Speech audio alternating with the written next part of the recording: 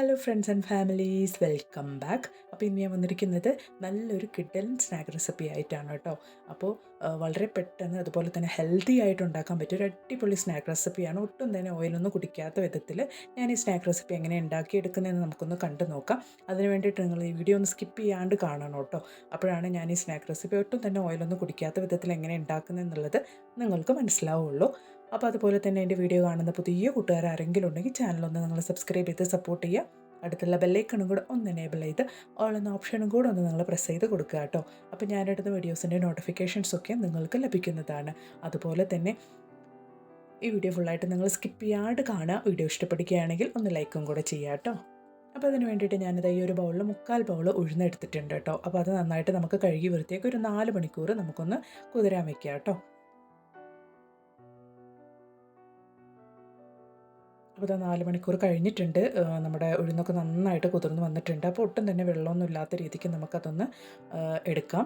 ഒട്ടും തന്നെ വെള്ളമില്ലാണ്ട് നമുക്കിതൊന്ന് നന്നായിട്ടൊന്ന് അരച്ചെടുക്കണം കേട്ടോ. അപ്പോൾ അതിലുള്ള വെള്ളമൊക്കെ നന്നായിട്ട് നമ്മൾ സ്ട്രെയിൻ ചെയ്ത് ഇതുപോലെ ഒരു ബ്ലെൻഡറിലേക്ക് ഇട്ട് കൊടുക്കാം. ഒട്ടും തന്നെ വെള്ളം ഇല്ലാത്ത വിധത്തിൽ തന്നെ നമ്മളത് സ്ട്രെയിൻ ചെയ്ത് എടുത്തിട്ടുണ്ട്. ഇനി നമുക്ക് നമ്മുടെ ഉഴുന്നൊന്ന് ബ്ലെൻഡറിലേക്ക് ഇട്ട് കൊടുക്കാം.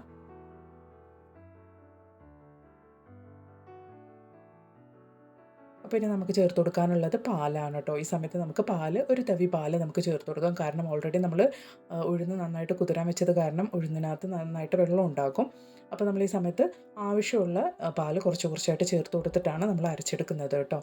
അപ്പോൾ ഈ സമയത്ത് ഈ ഒരു ക്വാണ്ടിറ്റിയിൽ ഞാൻ ഇഞ്ചി ചേർത്ത് കൊടുക്കുന്നുണ്ട്.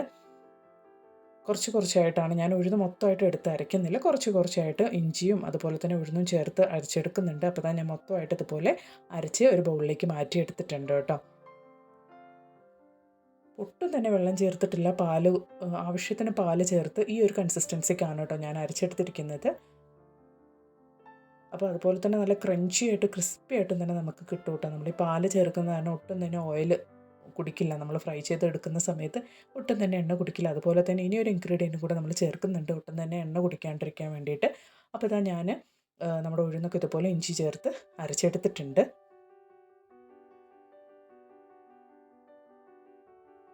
അപ്പോൾ ഇനി നമുക്ക് ബാക്കിയുള്ള ഇൻഗ്രീഡിയൻസ് ഒന്ന് ചേർത്ത് കൊടുക്കാം ഇതിൻ്റെ കൂട്ടത്തിൽ. അപ്പോൾ അതിന് വേണ്ടിയിട്ട് ഞാനൊരു മീഡിയം സൈസ് സവോള ഇതുപോലെ അരിഞ്ഞ് നന്നായിട്ട് പൊടിയായി തന്നെ അരിഞ്ഞ് തന്നെ ചേർത്ത് കൊടുക്കുന്നുണ്ട്. അതുപോലെ തന്നെ 2 വലിയ പച്ചമുളകാണ് കേട്ടോ.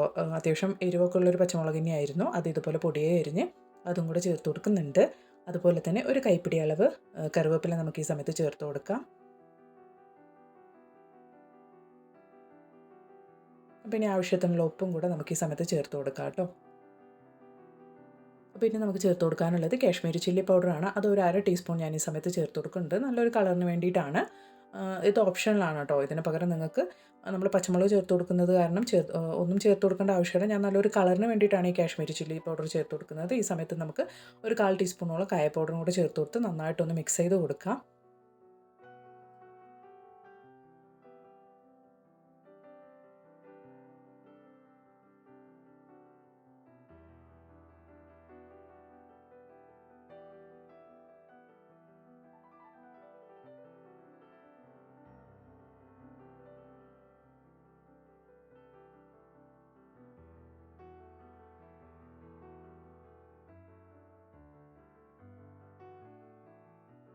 അപ്പോൾ ഇനി നമുക്കിതിലേക്ക് ചേർത്ത് കൊടുക്കാനുള്ളത് 1 ടേബിൾ സ്പൂണോളം റവയാണ്.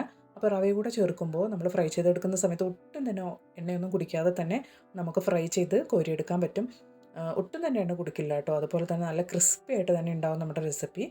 അപ്പോൾ അതിന് വേണ്ടിയിട്ടാണ് നമ്മൾ ഈ സമയത്ത് റവയും കൂടെ കുറച്ച് 1 ടേബിൾ സ്പൂൺ റവ ചേർത്ത് കൊടുത്തത്. അതും കൂടെ ചേർത്ത് നമുക്കിതായത് നന്നായിട്ട് ഇതുപോലെ ഒന്ന് മിക്സ് ചെയ്ത് പിടിപ്പിക്കാം. ഇനി നമുക്കൊരു 10 മിനിറ്റ് ജസ്റ്റ് ഒന്ന് റെസ്റ്റ് ചെയ്യാൻ വെക്കുക. അങ്ങനെ തന്നെ നമുക്ക് ഉണ്ടാക്കിയെടുക്കാവുന്നതാണ്. ഞാനൊരു 10 മിനിറ്റ് റെസ്റ്റ് ചെയ്യാൻ വെക്കുന്നുണ്ട്.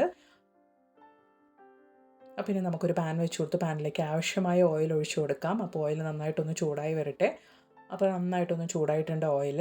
നമുക്ക് ഈ സമയത്ത് നമ്മൾ റെഡിയാക്കി വെച്ചിരിക്കുന്ന നമ്മുടെ മാവ് കുറച്ച് കുറച്ചായിട്ട് എണ്ണയിലേക്ക് ഇട്ട് കൊടുക്കാം. അപ്പോൾ ഇതുപോലെ കൈ കൊണ്ടോ അല്ലെങ്കിൽ സ്പൂണിലോ നിങ്ങൾക്ക് കോരി എണ്ണയിലേക്ക് ഇട്ട് കൊടുക്കാവുന്നതാണ്.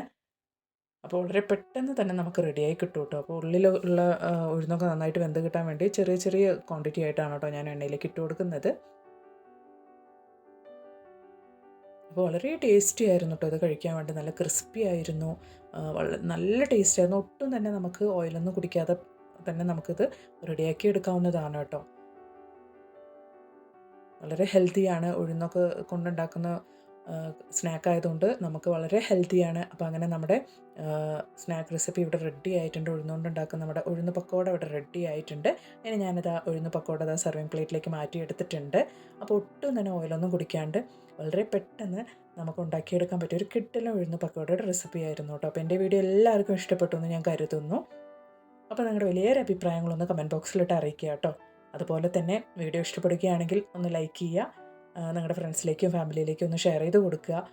അപ്പോൾ ഇനി ഒരു പുതിയ വീഡിയോ ആയിട്ട് നിങ്ങളുടെ അടുത്തേക്ക് വരുന്നത് വരയ്ക്കും എല്ലാ കൂട്ടുകാർക്കും ബായ്. Thanks for watching.